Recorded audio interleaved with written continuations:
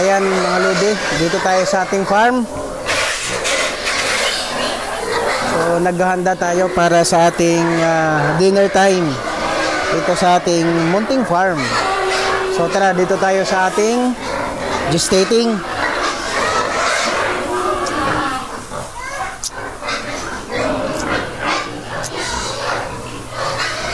Ayan, kung makikita nyo, ito yung inahin natin na ang pangalan si Joyce Jimenez.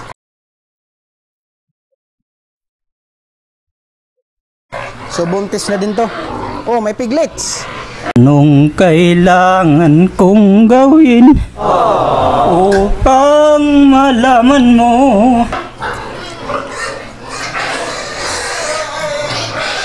Nakatakas sa piglets.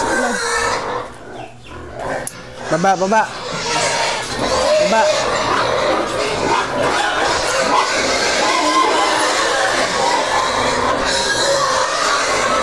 Baba, baba. Baba, baba. Baba. Baba. Baba.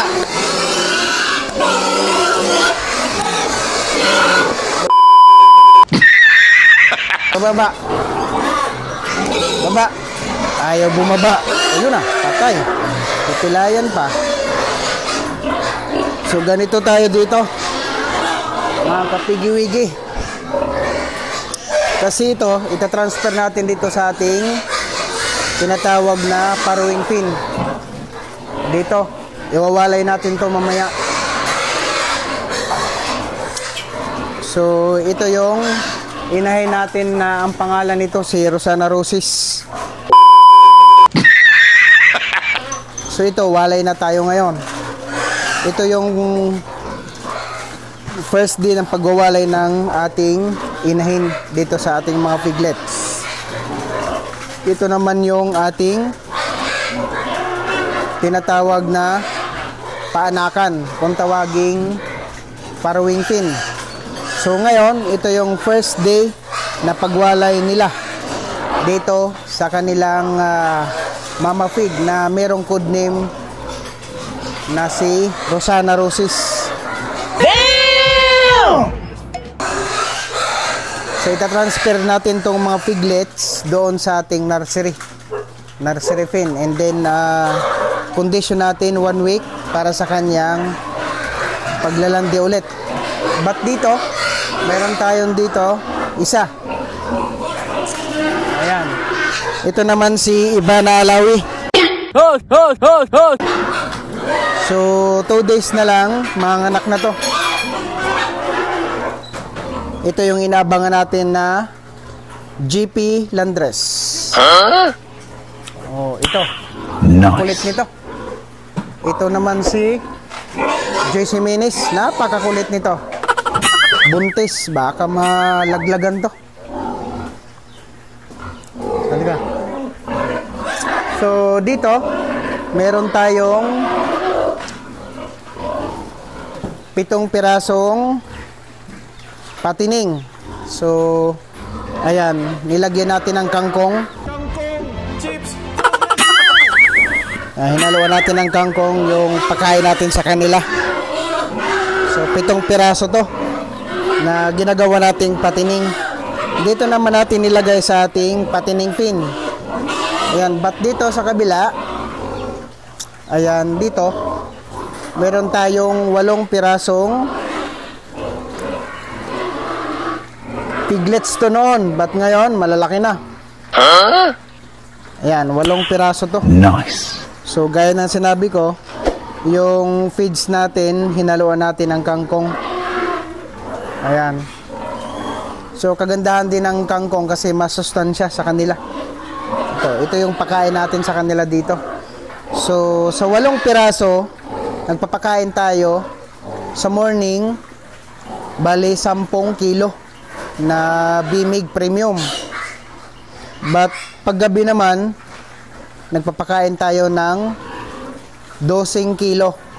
Bali, yan yung konsumo nila sa daily na activity natin dito sa ating munting farm. But doon sa kabila, the same.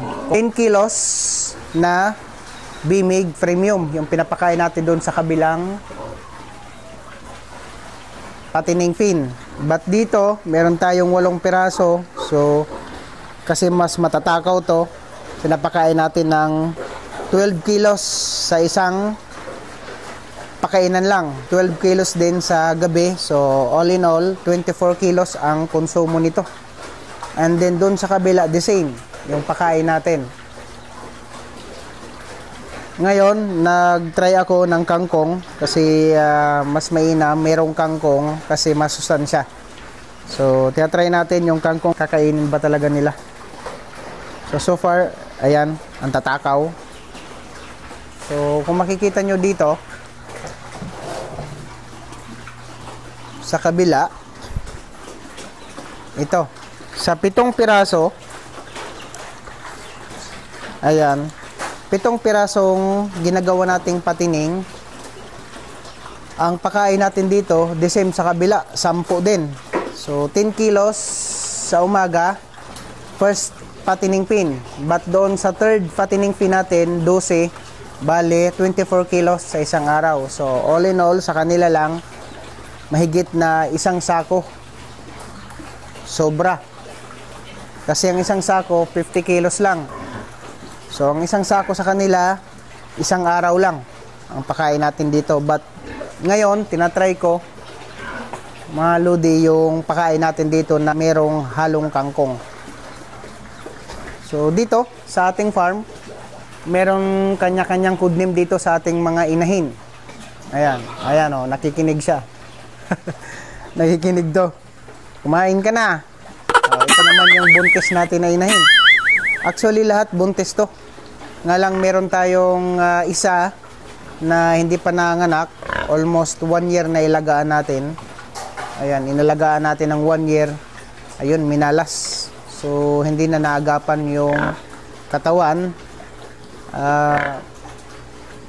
Pagdating dito sa gestating pin, nakita ng caretaker natin na wala ng buhay. Nirevive natin ng mga gamot, nga lang wala na talaga, huli na. So ito na lang yung natira nating mga inahin ngayon. But doon sa dulo, ayun naman si Alusos, yun yung bore natin. Dito, kung makikita nyo,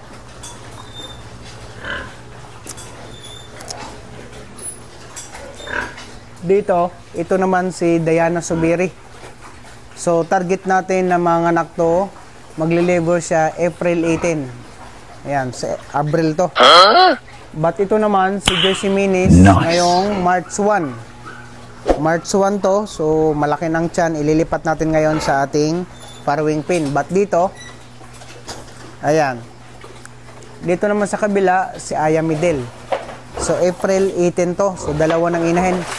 Yung mga anak mismo sa April. But dito naman, ito naman si Tony Fowler. Ito yung GP natin. Ito yung GP natin na large white. So, target natin na mga anak to sa April 28. Ayan. So, hinintay natin na nakalipas na sa kanya yung 21 days. But, target natin mga April 28, mga anak to. So, meron tayong mga anak na mga inahin. Almost 4 na piraso, sabay-sabay. But dito, kay Ivana Alawi, ito yung inabangan natin. Ayan. Kung makikita nyo, napakalaki na ng tiyan niya. Kasi 2 days na lang, manganak na to. Ito yung maganda nating inahin kasi GP Landres to. Ayan. But dito, sa kabila, nice. Ito, nilagyan natin to ng ibang similya. Ito yung napakahaba nating inahin. So, dapat manganak to ngayong March 7. Sa days na nagbibilang tayo ng 21 days hanggang 42 days, talaga nagkaroon ng problema itong balahibo niya. Parang nagsisitanggalan. So, based doon sa brother ko, pag ganoon daw, parang hindi buntis. But ngayon, inoobserbahan natin kasi kung makikita nyo, yung tiyan niya, malaki naman. Hindi pa tayo sure kung buntis siya, but ito yung pinaka the best kasi ito yung GP natin na Landdress. Nga lang, nag-change tayo dito ng Siemens kasi meron naman tayong GP na Landdress. Nga lang, ang kaibahan lang nito kasi nag-avail tayo sa Dubsike Philippines. Yung Dubsike Philippines, yan yung mga magandang breed na meron dyan. So, bumili tayo ng semen sa kanila sa halagang 2,500. So, sa 2,500 from Manila, from Pampanga to Manila, itatransport nila papunta dito sa ating farm. Ayan, dito sa Region 5. So, nilagay natin dito sa ating GP Landdress. So, ito yung inahin natin na napakamahal nito. Ito yung inahin na iniingatan ko. So, sa ngayon, nilagyan ko ng semens na mula sa Dubsike Philippines. So, bumili tayo doon ng semen sa kanila ng GP din. Ayan, GP Landdress. Yung in-order natin sa kanila. Ayan, so nilagay ko dito. Nga lang, so far, parang hindi daw buntis. So, wala pa. Hindi pa tayo makakapag-decide ng final decision kasi titingnan natin sa March 7. Pag hindi siya buntis talaga, wala tayong magagawa. Sayang yung semens na inabil natin sa Dubsike Philippines. But, ang kagandahan nun kasi GP to GP, gagawa ako ng panibagong breed na mula sa Dubsike Philippines. So dito sa ating gestating fin, nabawasan tayo ng inahin. So far sana mabuntis to. Ito yung inaabangan ko. Then dito sa ating farm, halos yung mga inahin natin dito may mga breed. Yan yung pinaka-importante sa lahat. Pag gumawa tayo ng mga inahin, dapat yung may mga breed. Huwag tayo padalos-dalos na bumili ng mga palahian kasi sa huli ang pagsisisi. Kasi dati, yung mga inahin ko, pag nakita ko maganda yung breed, kukunin ko na. Pag malaki lang, kasi wala pa akong alam noon, and then nag-training tayo, nag-seminar tayo, doon ko nalaman yung tinatawag na GP at saka F1. So far, na-try natin yung mga tinatawag na GP at saka F1. So, ang gaganda, ang lalayo ng mga baboy ko dati. Way back 2009, doon ako nag-start ng babuyan dito. Hindi pa to kalaki. So, ano pa lang to? Parang backyard pa lang.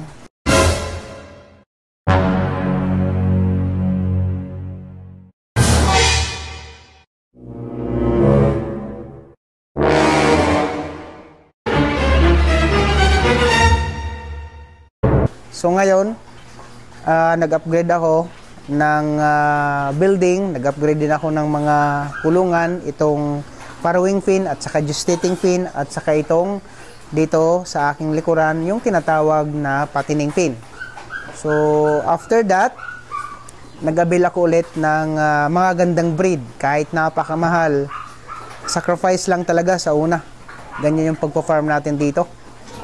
But so far, 1 year na ilagaan ko talaga kasi ang paggagawa ng inahin, 1 year yun. Bumili ako ng 3 pirasong Vivigel, including yung bore. So 3 pirasong mga GP. So 4 months old na yon. And then the rest, figlets na ako. Kasi napakamahal ng mga inahin. But sa ngayon, nagpo-produkto na sila. So 1 year mo talaga alagaan yung figlets. Conditioning in 1 year bago mo pasampaan. So far, ang gaganda ng mga figlets nila kumpara sa aking mga figlets before. So sa ngayon, maglilipat tayo ng ating inahin dito sa ating nursery pin na tinatawag. Ililipat natin yung figlets from tinatawag na farrowing pin to nursery. So, meron tayong 11 healthy piglets. Ililipat natin. Ito yung first day na pagwalay sa kanila. But, mag-inject tayo ng 1 ml na multivitamins B complex para iwas stress talaga. Kasi ang pinakamahirap sa lahat, mga lodi, yung nai-stress yung piglets kasi kinabukasan, hindi natin alam. Ganyan yung practice natin dito. Kasi kinabukasan, wala na yan. Magtatain na yan. Doon din sila nasisira lalo. Kasi hindi pa gaano maayos o hindi pa gaano ka batikano yung mga intestine nila na tinatawag. Kasi ganun talaga ang nangyayari sa mga piglet. So far, ililipat natin dito sa ating nursery fin. Ito, halika. Tingnan natin yung nursery fin natin. So, kung makikita nyo dito, ayan, nilagyan ko na ng sako. Actually, ano to? Bakal siya. Ayan, 8mm at saka 1/2 na GI pipe yung gamit natin dito. But dito, sa loob, ayan, plastic matting. And then, nilagyan din natin ng ilaw mula sa Vidabet. So, ito yung mga ilaw nila. Ayan, yan yung ilaw natin. Dito tayo sa loob. Tanggalin natin to kasi gamit pa to nung unang mga piglets na nakatira dito. So punasan lang natin para mas lalo walang sagabal sa mga valve na mga dumi. So buhos talaga yung init sa katawan nila. Actually 100 watts to.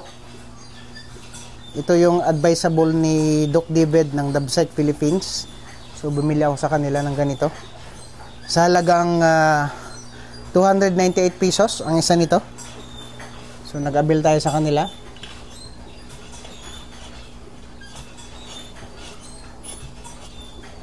Ayan.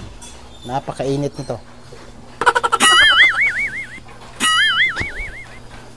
So ayan, ililipat natin ngayon mga lodi yung mga piglets natin dito sa ating nursery.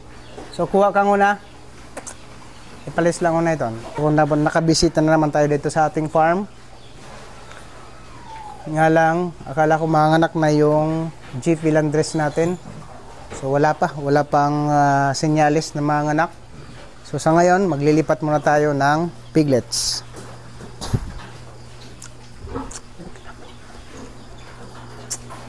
Ayan, dito sa ating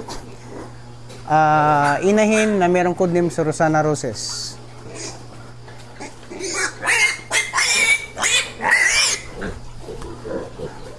So ayan, ito yung mga piglets niya. So far, ang gaganda ng mga breed. Ayan o. Lapit natin. So mapipigi talaga. Ito yung mga anak ng mga F1. Anak to ng GP. So mapipigi. Gaganda o. Ayan o. Ganda at saka bilog ang katawan. So ilalagay natin dito. Diyan ka na. So meron tayong 11 healthy piglets. Lilipat natin sa nursery.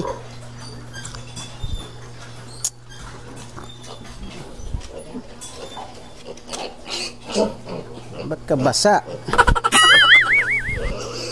Kuha. So ililipat natin. So dapat yung pagkahawak natin ganito. Yung hindi siya nahihirapan kasi yari tayo kay Mita.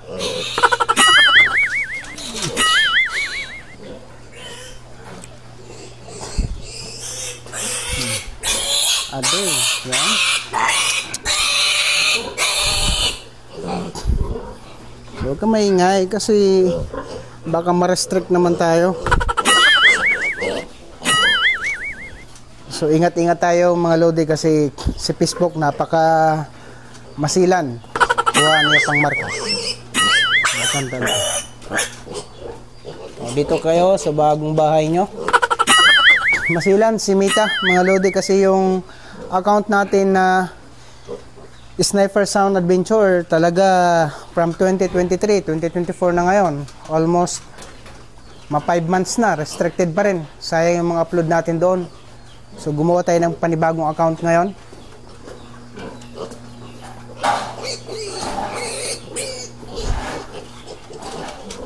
Ayan. And then yung ating ginawa din na bagong account doon sa Jets Discovery Channel. So andito to lahat, yung mga vlog natin dito. Wala din, sayang kasi na-restrict din. So, dito kayo. So kagandahan nito mga lodi kasi pag meron kang nursery na napaka laki, hindi sila stress. So malaya silang makapagtakbo-takbo dito.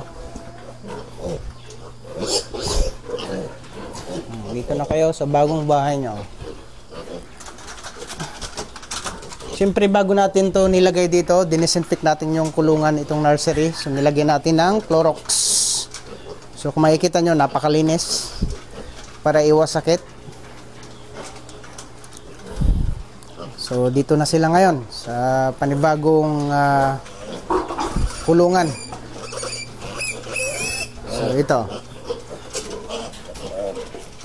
Doon kasi sa parawing fin, medyo naiipit na sila doon ng mga bakal kasi para lang talaga yun sa mga inahin na nanganganak. Kaya gumawa tayo ng nursery fin. So dito, malaya sila makapagtakbo-takbo. Kasi kung makikita nyo, napakalawak nito. So 11 healthy piglets ang nilagay natin dito ngayon. Pero kung bukusin mo. Wala na? 2, 4, 6. So 11 piglets yung nilagay natin dito sa ating nursery. So sa ngayon, nandito sila. I-inject natin ng 1 ml na vitamins Bacon Flex. Then kinabukasan, follow up yung 1 ml din na iron. But so far, hindi natin ipapakita mga lodi kasi yung pag-inject talaga masilan. Doon sa ating account na Jets Discovery Channel, yan yung purpose kung bakit na-restrict tayo doon kasi nag-i-inject tayo doon ng mga piglets dito sa ating patining. Akala ko hindi siya restricted but for now, hindi ko na ipapakita sa inyo yung pag-inject nito. But ang pag-inject nito, pag nagwalay tayo sa ating mga inahin, lalong-lalo na sa mga mahilig sa baboy, and then merong mga farm, yun yung pinapractice nila. The same lang din kami. Pag winalay natin sa inahin, yan yung pinaka-importante sa lahat kasi yan yung day nila na nai-stress talaga. Stress yan, nahiwalay mo mismo sa inahin. But pinapalo up natin ng feeds. Lalagyan natin to ng feeds ngayon, yung booster feeds ng BMIG. And then mag-inject tayo ng vitamins Bacon Flex. Including yung inahin din, mag-inject tayo ng 10 ml na vitamins Bacon Flex para iwas stress sa kanila. So hanggang dito lang muna. Abangan yung mga upload natin dito sa panibagong account natin from Sniper Sound Adventure, Jets Discovery Channel. Na-restrict yung dalawang account natin. So andito naman tayo sa panibagong account natin dito sa Jets Brillante. Alright. Bye-bye.